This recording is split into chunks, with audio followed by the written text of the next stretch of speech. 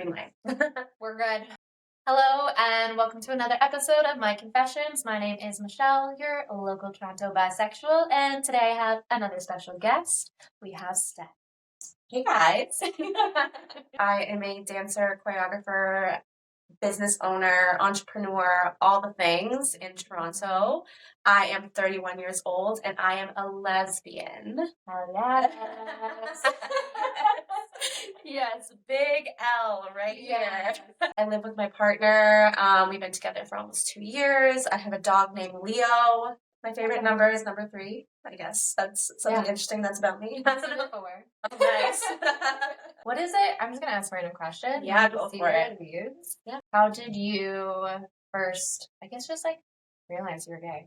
I knew like pretty young, but I pushed it down, way down, like for a very long time. You know, my like earliest memories of like thinking that I was into women, maybe like in elementary school.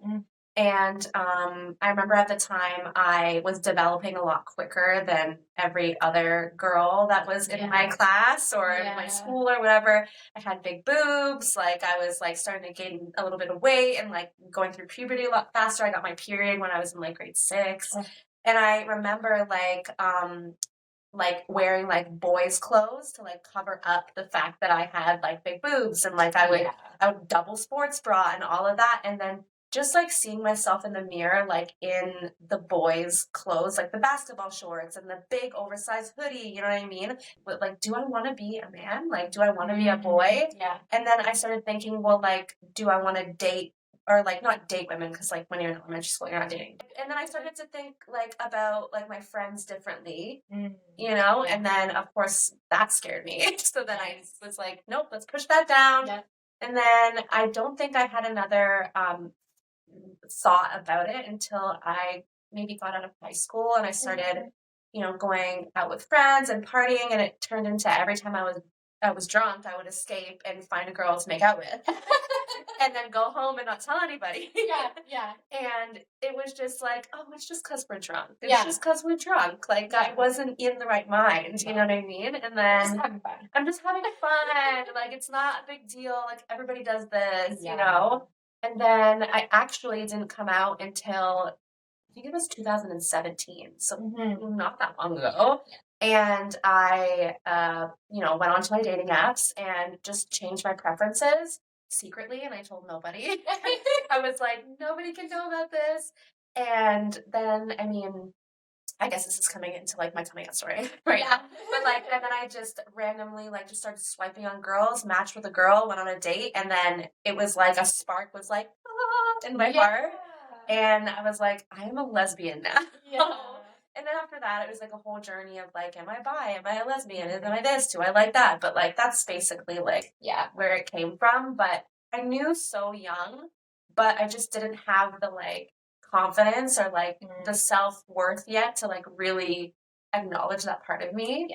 Because of course, you're just trying to be like everybody else. Exactly. And everybody else is straight. I'm glad you just did it for yourself. Like, even just on the dating apps and whatever. And you're like, you know what, there's no pressure from somebody being like, oh, you should start dating now. Or, you know, you're just like, I'm just going to do it because I want to right now. And we'll figure it out as it happens. And I was at a point in my life that I was just like so sick of men.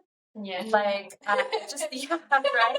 I was just so sick of them. I was dating lots of men. I was having sex with lots of men and just, you know, searching for something, but I felt like I wasn't receiving anything that I needed back. And then the minute I kind of stepped into my like femininity in a different way, I started to feel like I was gaining something that I was like always desperately searching for in these men, you know?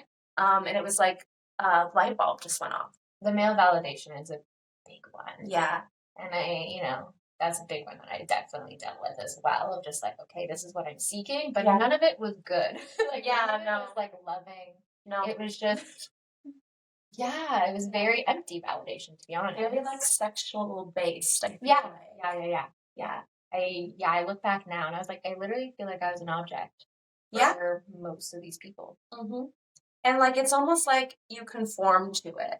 Because that's what everybody does. That's what every woman does. You know, you're supposed to like look pretty for the man and then open your legs for the man. You know what I mean? Because that's how you're going to get them to like you. And then once they like you, then maybe they'll like be nice to you. Then maybe you'll get some respect. Maybe you'll get the romance. Yeah. I kept it like sort of like a secret at first because I was like, even though I was around a community, like the dance community is non-judgmental for the most part. My family was accepting, confused, but accepting. My friends were like, okay, all right, yes, okay. But like, it was just kind of like there was this fear surrounding like just saying the word, you know what I mean? And just identifying, you know? Yeah. Because, you know, I've been this way for so long, and what if people don't believe me? Like, what if they're gonna think I'm weird or something, or that I'm trying to be this way for attention or something? You know, it's not that was kind of like my fear at first, because I would be in the corner swiping on dating apps, and if somebody walked by, I would quickly shut the app and like, I'm not doing anything. You know, but I think like the more I kind of just became comfortable with myself, the more I felt comfortable like telling one person and telling another person, then just being like, oh fuck it, I'm gonna tell everybody. You know, I was the kid in elementary school that was just like, should we practice kissing? Yeah. Oh yes. Oh my god. Should we practice for the boys? Just practice. Yeah. And my friends would be like, okay. And then eventually they didn't want to anymore. But I was like, that is fine. Yeah. And I was having a great time, but I thought it was weird. Of course. Of course. Oh my gosh, I just unlocked a memory. I had an experience like that when I was I went to a babysitter when I was in elementary school, and me and another girl, I think she was like 1 year younger than me, and we would just go because the babysitter would like shoo us outside like until like we had to go in to eat lunch or whatever. Yeah. And we would go outside and we'd go up in the treehouse and we would just practice like kissing. Yeah. And I don't know why we were doing that. Now I know. And that was the early stages, I feel like. Yeah. That was like my first clue. Yeah, definitely.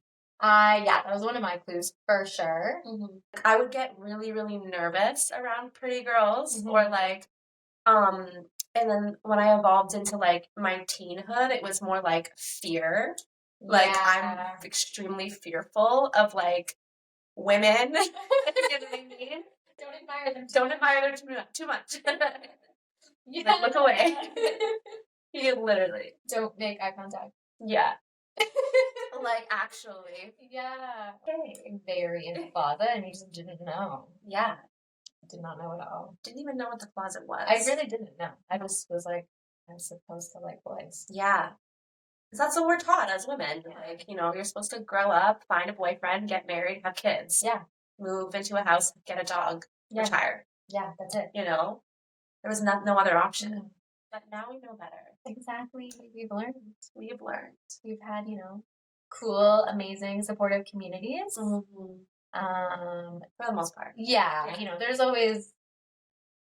You'll get different things from different groups, but for the most part, like, people have been pretty supportive. Like, the only, like, homophobia, like, I've experienced is, well, one, the internal, obviously, you know what I mean? That every, you know, like, queer person goes through. And then, like, it's when like I travel. Like me and my partner went to the Dominican last February, and we got a lot of homophobia from the Americans. Yeah, that was the only time that I was just like in the face with like homophobia, like just the worst. And I was like, what? Like, is this? And I've been pretty privileged because, like, my parents are accepting. They're just like, do your thing, girl. Like, you're fine, you know? Which I'm so lucky that was my experience, because I know that's not the case for a lot of people. It's more like the internal, like, nervousness I was feeling, and then just, like, teeny tiny experiences along the way. I would say, like, Canada, Ontario is pretty accepting. But yeah, when I travel, it's just like, you never know what you're going to get. I think my first experience with like something very homophobic was here in Toronto. When I had my first girlfriend, and we were out just on the subway, but it was from like two or three, like a group of older ladies. who are not from here. I don't think they spoke English, but it was like I thought they were gonna like spit on us. Like they didn't, but like the rage that was in their face, and I was just like, I don't even know what to do. And then I remember telling my mom after, she's like, I'm so sorry you had to go through that, you know. And I was just like, yeah, it was weird. Just because, you know, usually the kind of crap I would get in the city would just be like men on the street that don't know you, like maybe whistling if you're holding someone's hand, or like staring at you, watching you. Yeah, but they don't say that much. Yeah, and it's more on the creepy vibe. Yeah, not like not the like aggressively homophobic vibe. Yeah, like I'm gonna throw something at you. Like, Yeah, not that. Me and my partner get that all the time because I'm very femme presenting and she is a little bit more masc presenting. Yeah. But people are confused because they look at me and I look straight. And then they look at her and they're like, is that a girl or a guy? You know, because like she's got long, beautiful like mermaid hair. Like her hair is like more beautiful than mine. I love that. Yeah, like it's actually so annoying. I'm like, you do nothing to your hair. Why is it so nice? But we do get like those double takes where like people must be thinking like, what? Have you never seen a lesbian couple before? Right? I'm like, it's not that rare. If something like that were to happen to me, like at an extreme level, I don't think I would hold on to it the same way I would when I was younger. I think now I would be like, well, that's really sad that you feel that way about two random people that you don't even know, you know? Yeah. There's nothing wrong with that, you guys. No, it's beautiful. It's wonderful. It's amazing. Yes. Yeah, all of it is. Yeah. I have a lot of privilege there as well with my parents being quite accepting and, you know. The only thing that, like, was a little bit tough, and I think it's because I don't know, coming from being, like, 25, 27, like, between those years. Yeah. And I was baby crazy. Yeah. Because hormones. And then my best friend got pregnant, and then my sister was also pregnant at the same time, so then there was just so much babies. Yeah. And this was all at the same time when I came out and I had my first girlfriend. Yeah. So, by the way, that is such a real thing. Yeah. Like, for me, like, me and my partner don't want to have kids. That's, like, we had that conversation very early on. Yeah. But my sister has 4 kids, and she just had a baby. We're around this baby energy, and, like, naturally, as women, like, between this age and however old, like, we're supposed to have kids. Yeah. So, like, our body is naturally responding to those, like, pheromones in the air. You know? And I was... it's so maddening. It's crazy. Like, you can't help it. No, not at all. You can't. It's out of all of our control. Because as women, we're supposed to be baby making machines. Yeah. And not all of us want to do that. It's a lot of why. I was like, I don't know what's happening. Yeah. And then one of the first things that my mom brought up was kids. Like, that was one of our, like, solo conversations together. And she was like, Michelle, like, I just really don't want you to, you know, have a hard time being a mom. And then she was expressing, like, genuine concern. Would you rather me be unhappy with a man just so I can have kids? Yeah. Or be true to myself, be happy in a relationship with another woman, and I can still have kids if I want to. It just would take... It's just expensive. Yeah, it would take some finances. Yeah. Before I met this person, who was my partner at the time, I was thinking about being a mom by myself. Yeah. You know, like, I had those thoughts, you know, maybe I'm not a person who gets married. Maybe I date people, and I have partners, but I live by myself. But I was like, maybe in my 40s, I'll adopt a kid. Like, I've had all those thoughts, you know, so it's like, it's not... These are things I've thought about outside of my queerness as well, you know? So that was her big thing, was the kids. But once we had that one conversation, it was never brought up again. She's like, no, you're right, I get it. Like, yeah, it's true. It's your, like long-term happiness and comfortability that I feel like our parents are kind of, they all they want is for us to be, like, safe and secure and loved. Yeah. And that was hard for me to understand when I was having those conversations with my parents, because my mom was like, again, same kind of conversation, like, do you want to have kids? You know, and I'm like, not really. And she's like, well, don't you want to, like, not miss out on these wonderful, like, life things? But I'm like, there's so many parts of life that, like, you know, you didn't even experience that I you know, with me having the career that I do, like that I might actually be able to experience, but I can't do that if I have a kid and I just don't have the urge to. Yeah. And I believe that if you don't have the urge, you should not. You should not. 100%. Yes. Like, not everyone needs to have children. You do not have to have a baby. No. You do not. No. You know, that's one of the things I think that makes it really hard for women specifically to come out, because there is that societal pressure of like, yeah, the timeline. Yeah, am I gonna miss out on all these things? And it's just not true. Like, like me and my partner, we have friends that have kids, you know, that have been together for years and years and years in a queer relationship that like have had all of these experiences like still while having kids, you know? And so it's so possible. It just takes a little bit more like planning and a little bit more just like I feel like if you are a queer couple and you physically can't have kids naturally, like the want and the urge to have it like has to be there. Oh yeah. You know? Yeah. And that's one of the things that like when you're straight or even just in a straight relationship, straight passing, you don't need to think about it. No, you don't, because you could get pregnant like anytime, and you're like anytime. Yeah. Yeah, like oops, I'm pregnant. That doesn't happen. It's like for us, it's like oops, I spent $10,000 and you know went through IVF for like 6 months. Yeah, you know, and it's a whole other thing. But then you have to be so prepared to be a parent. And so many people aren't prepared to be parents because it just happens. Yeah.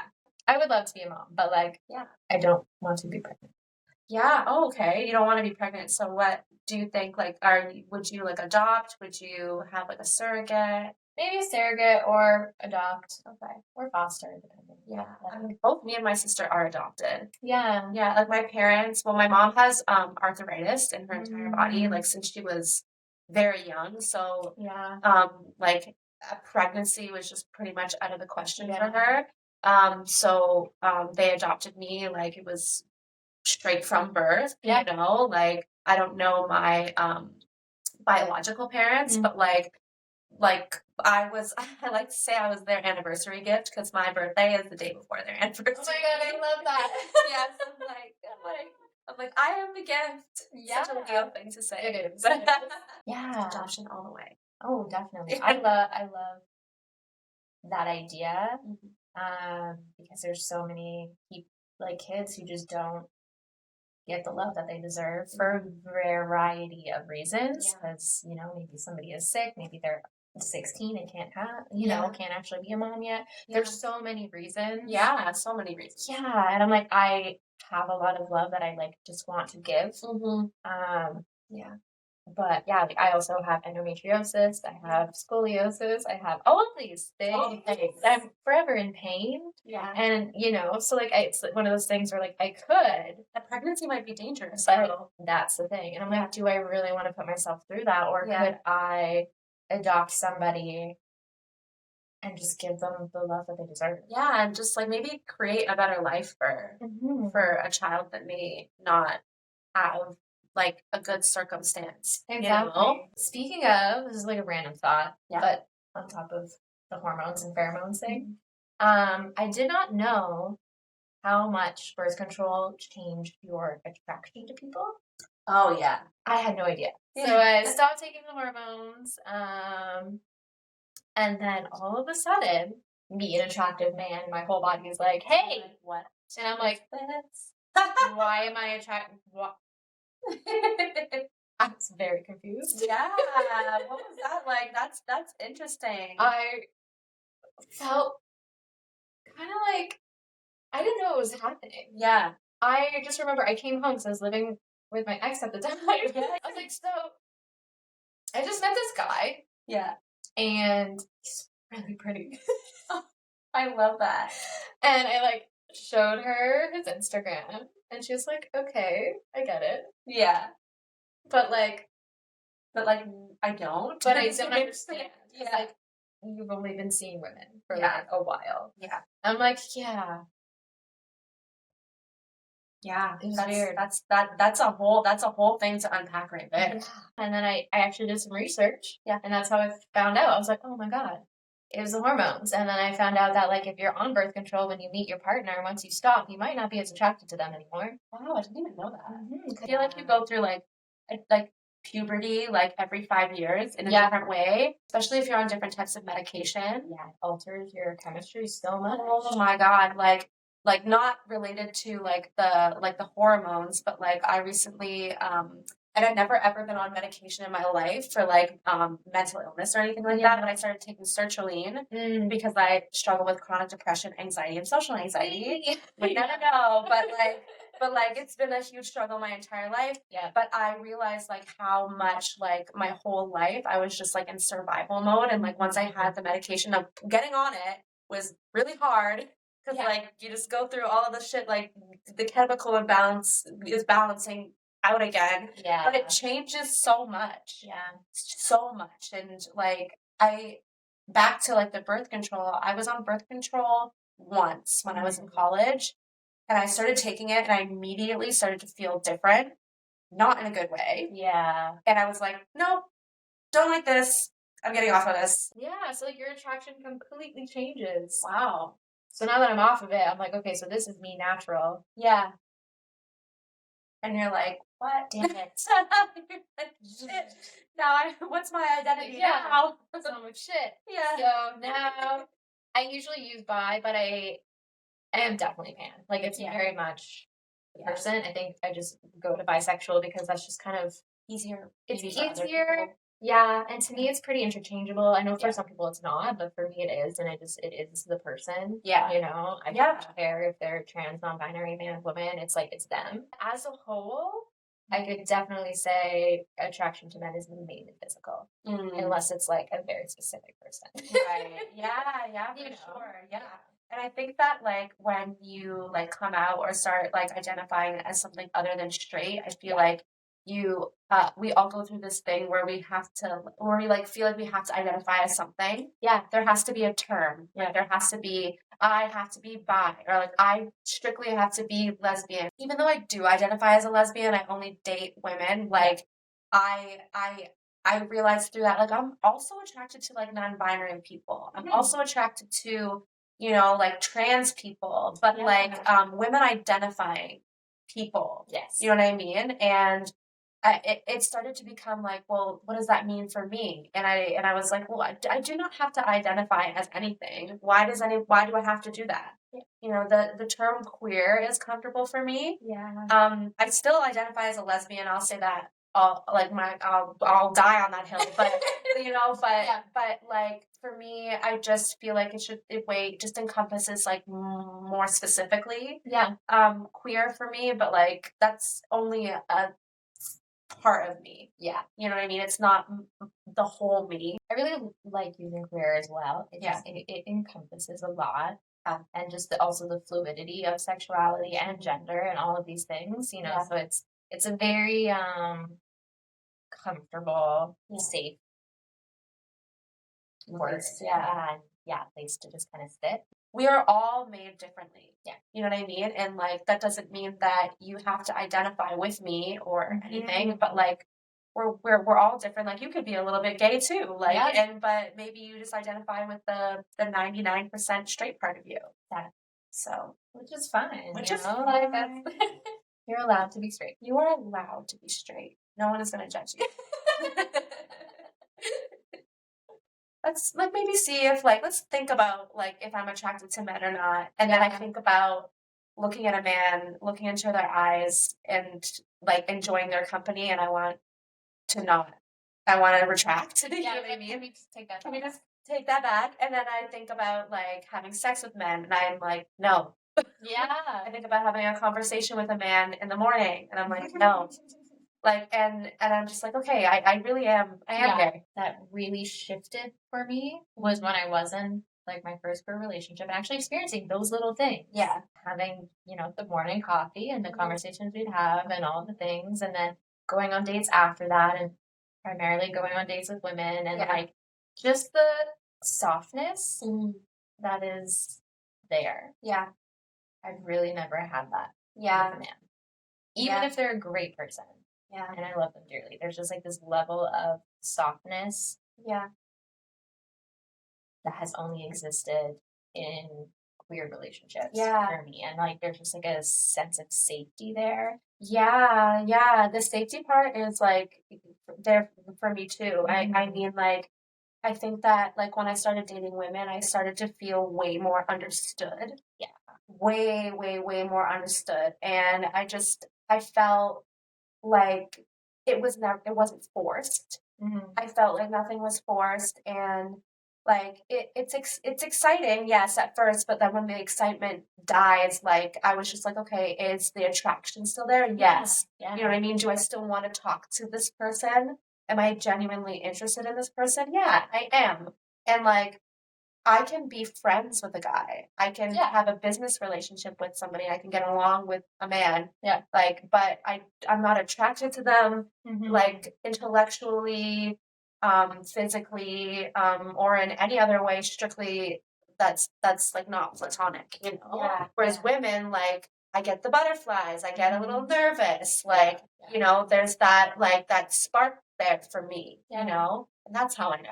Yeah, so like, oh, that is the difference. That is the difference. When you started dating, did you ever notice that you like would lean towards a certain type, or like, oh yeah, well, when I first started dating, I was mainly looking for women that look like me. Like, I'm not even kidding. Such a thing. Like, literally such a thing. I was looking for tan skin, brown hair. Yeah. You know what I mean?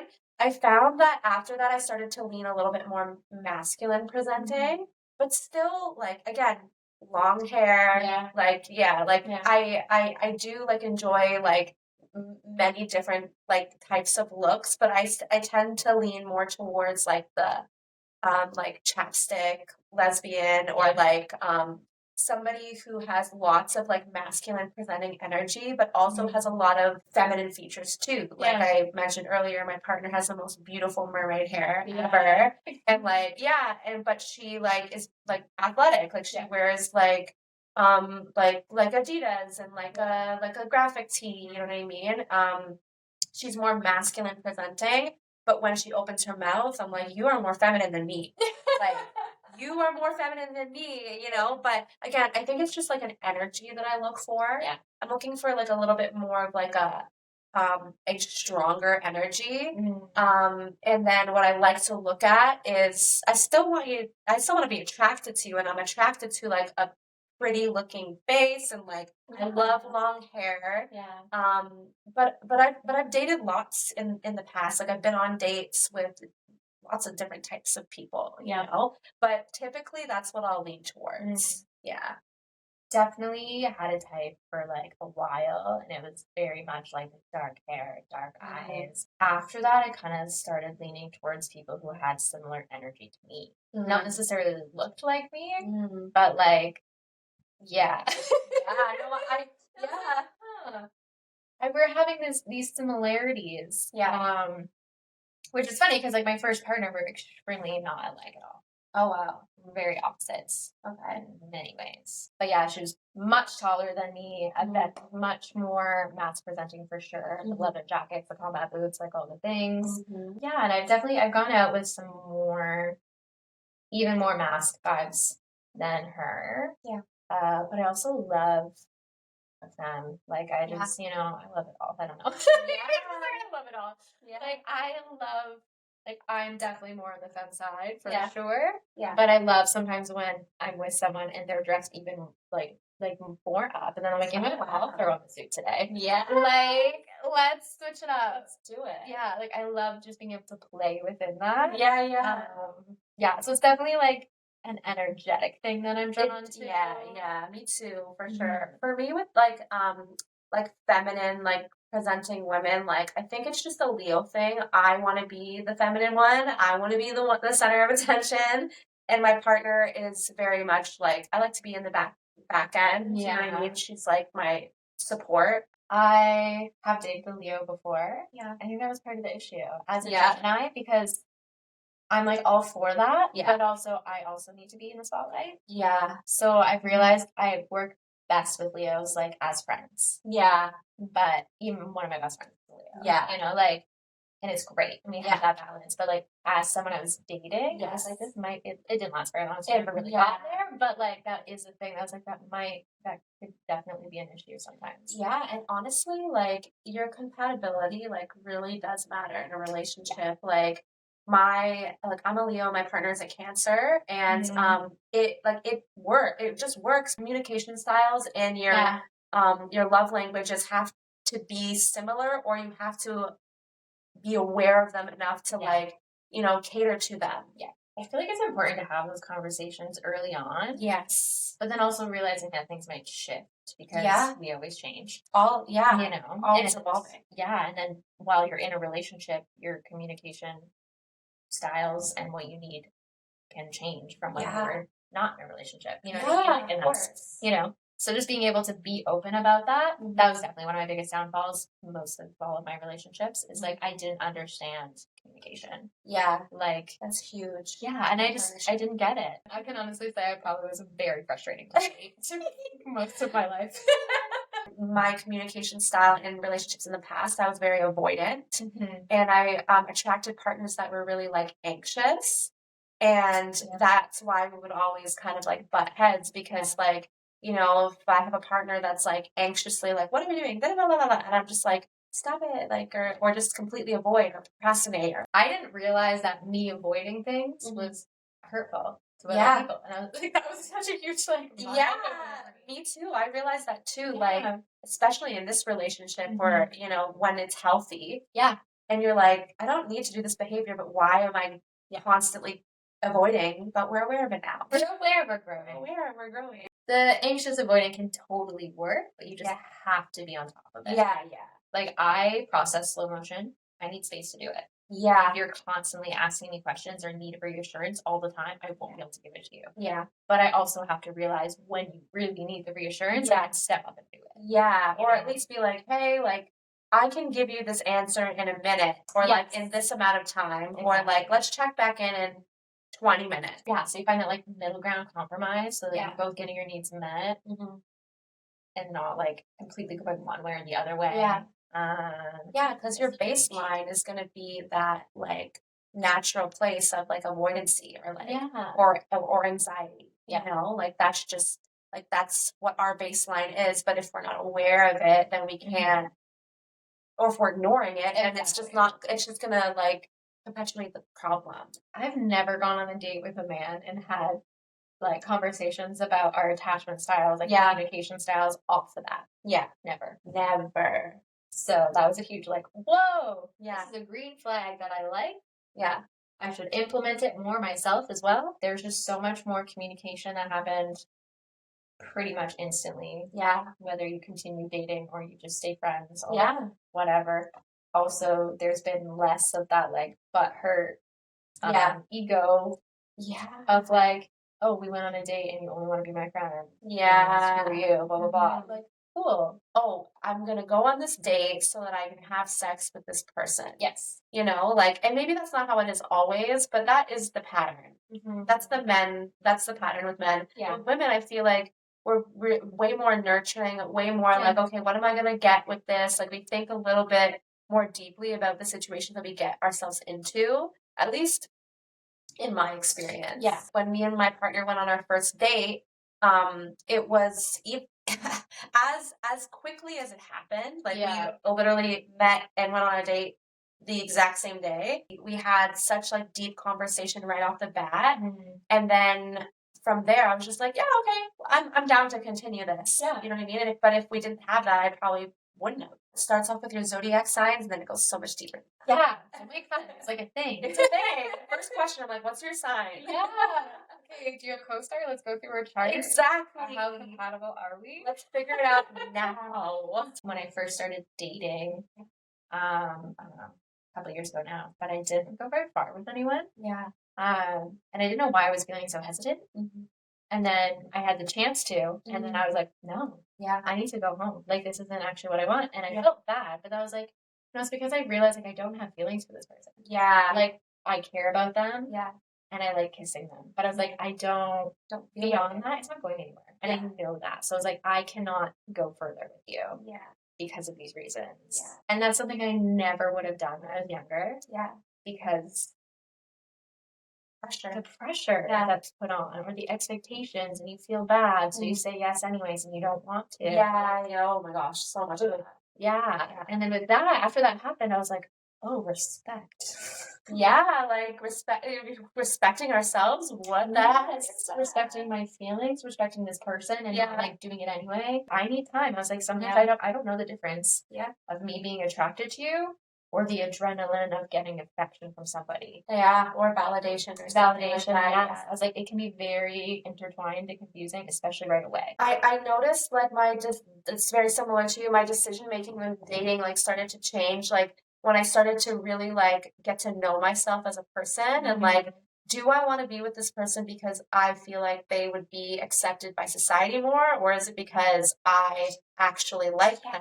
But then I started to think like, well, it's more than just the look for me. It's more about like the person, the partnership that would form through it. Like, and if you're going to spend your life with somebody, you have to like them. Exactly. You must connect. You have to have a connection. And I don't ever want to be with someone that doesn't feel appreciated by me as well. And vice versa. Like, you know, and that's being an artist as well and having so many jobs on the go. And like, that is a thing I know I can lack when I'm with somebody, is like showing appreciation because I'm distracted by all these other things. All these other things. Yeah. That's a very nuanced thing. 100%. Yeah. I get that so much. In the dance community, yes, like queerness is very accepted and stuff like that. I was seeing like a lot of gay men. A lot of gay men. Yeah. That's all I saw.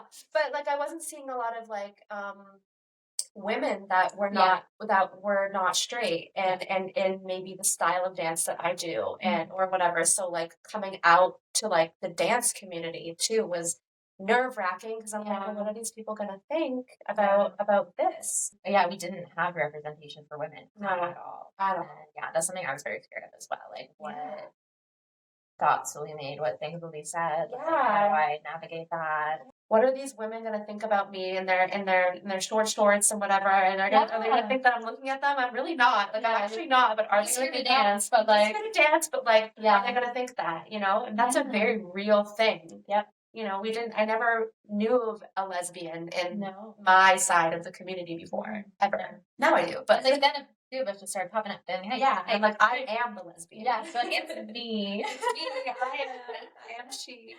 Yes. That's definitely partially why I gravitated towards burlesque as well. Mixing in that queer community with the dancing vibes and all of that stuff is definitely like such a safe space to explore that. And that's the whole reason why I started my company. Yeah, because I didn't feel like there was a space for somebody like me. It felt like I was getting parts of things that I needed, but I didn't have an environment that fully encompassed like the safety that I was looking for. And now I own a heels company that is open to every type of human. You don't have to be a woman. You don't have to be a certain type of presenting person. There are requirements, but they're not physical. Like they're not within your look and how you identify.